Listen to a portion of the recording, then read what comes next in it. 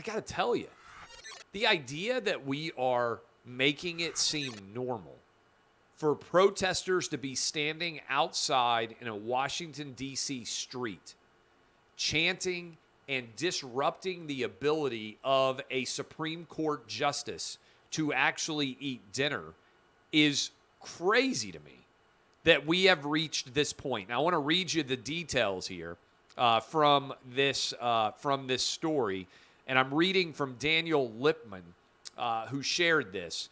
Justice Brett Kavanaugh had to exit through the rear of Morton's on Wednesday night after D.C. protesters showed up out front. They just asked Karine Jean-Pierre about this, the Biden spokesperson in the White House, and she refused to condemn it.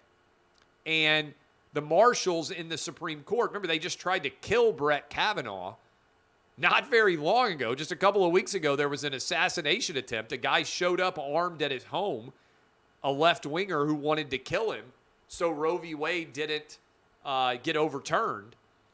I got to give credit to Morton's here, and I'm going to talk more about Kavanaugh in a moment and what was said in Montgomery County, which is crazy because the Supreme Court marshal is asking for Maryland and Virginia officials to protect Supreme Court justices. But this is from Morton's, and I give him credit for this statement. Honorable Supreme Court Justice Kavanaugh and all of our other patrons at the restaurant were unduly harassed by unruly protesters while eating dinner at our Morton's restaurant. Politics, regardless of your side or views, should not trample the freedom at play of the right to congregate and eat dinner. There's a time and place for everything. Disturbing the dinner of all of our customers was an act of selfishness and void of decency. Bravo, Morton's. I agree with everything that you said in that statement, and I can't fathom that we have reached the era and the level where people are being harassed in their day-to-day existence, where they can't even eat in a restaurant, where they can't go home to their house without protesters chanting expletives outside. I don't care whether you're a Republican, whether you're a Democrat, whether you're an independent. I don't believe that people should be showing up outside of your homes protesting. And it's also illegal, in particular, outside of your home. In fact, the marshal of the Supreme Court asked Montgomery County Executive Mark Elrich to enforce a local law against picketing private homes. On Wednesday, Elrich said that this was playing politics. And he even said that he believes theater, maybe a little bit of a response to the fact we reacted pretty negatively to what the court decision was.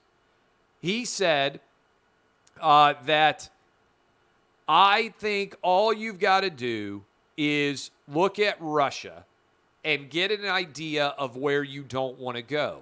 This idea where people can't gather together, and if you gather together, you're going to be arrested and taken. That's not happening here. And we need to make sure people don't use protests as an excuse for silencing opposition. No. Look, I'm a First Amendment absolutist. I got banned by CNN for saying I believe in the First Amendment and boobs.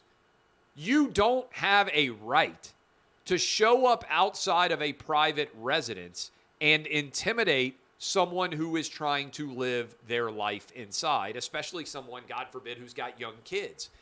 And need I remind Montgomery County, Maryland, there was just an assassination attempt made on Brett Kavanaugh's life. We have to end this idea that it's normal to protest outside of people's homes.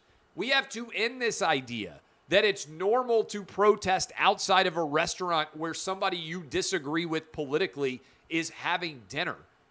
We have to make it clear unilaterally in a content-neutral way, whether you are a Republican, whether you are a Democrat, this is flat out unacceptable, period.